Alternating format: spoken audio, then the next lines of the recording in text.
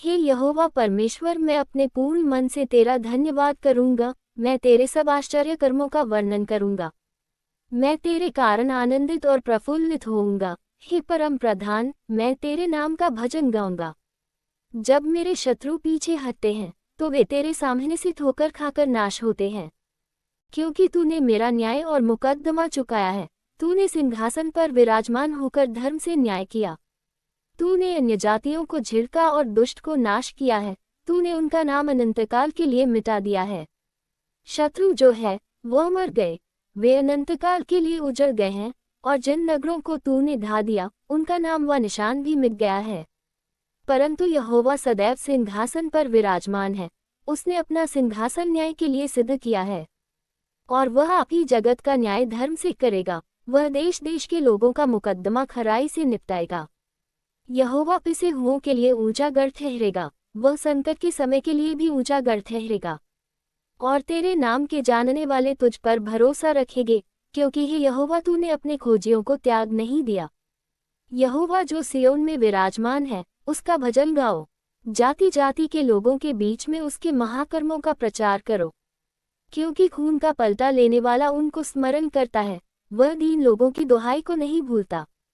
हे यहोवा, मुझ पर अनुग्रह कर, तू जो मुझे मृत्यु के फाटकों के पास से उठाता है। मेरे दुख को देख जो मेरे बैरी मुझे दे रहे हैं, ताकि मैं सियोन के फाटकों के पास तेरे सब गुणों का वर्णन करूं और तेरे किए हुए उद्धार से मगन हूं।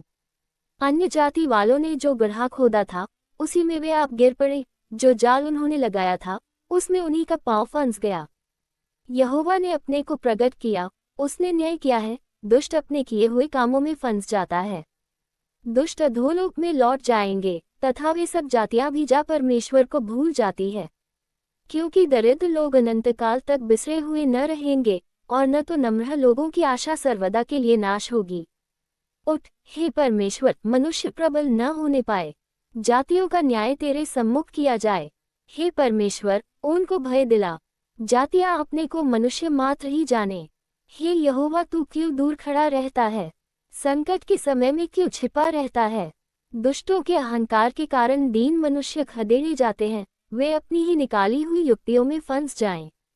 क्योंकि दुष्ट अपनी अभिलाषा पर घमंड करता है, और लोभी परमेश्वर को त्याग देता है और उसका तिरस्कार करता है।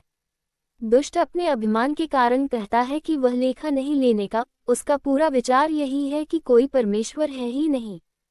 वह अपने मार्ग पर दृढ़ता से बना रहता है।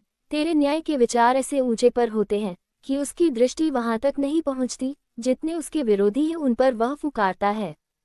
वह अपने मन में कहता है कि मैं कभी टलने का नहीं, मैं पीढ़ी से पीढ़ी तक दुख से बचा रहूंगा। उसका मुंह शाप और छल और अंधेर से भरा है, उत्पात और अनर्थ की बातें उसके मुंह में हैं। वह गांवों में घात लगाकर बैठा करता है, और गुप्त स्थानों में निर्दोष को घात करता है। उसकी आंखें लाचार की घात में लगी रहती है। जैसा सिंह अपनी झाड़ी में, वैसा ही वह भी छिपकर घात में बैठा करता है। वह दीन को पकड़ने के लिए घात है, वह दीन को अपने जाल में फंसाकर घसीट लाता है, तब उसे पकड़ लेता है। वह झुक जाता है और वह दुबक कर बैठता है, और लाचार लोग उसके महाबली हाथों से पटके जाते हैं।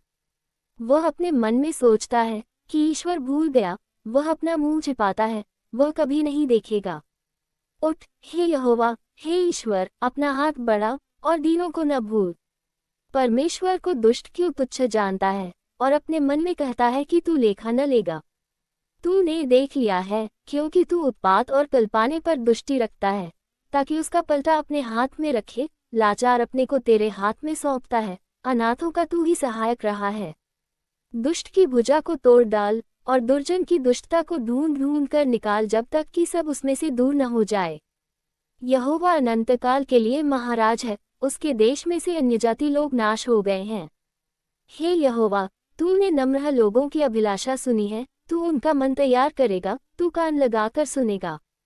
कि अनाथ और पिसे हुए का न्याय करे, ताकि मनुष्य जो मिट्टी से बना है फिर भय दिखाने न पाए।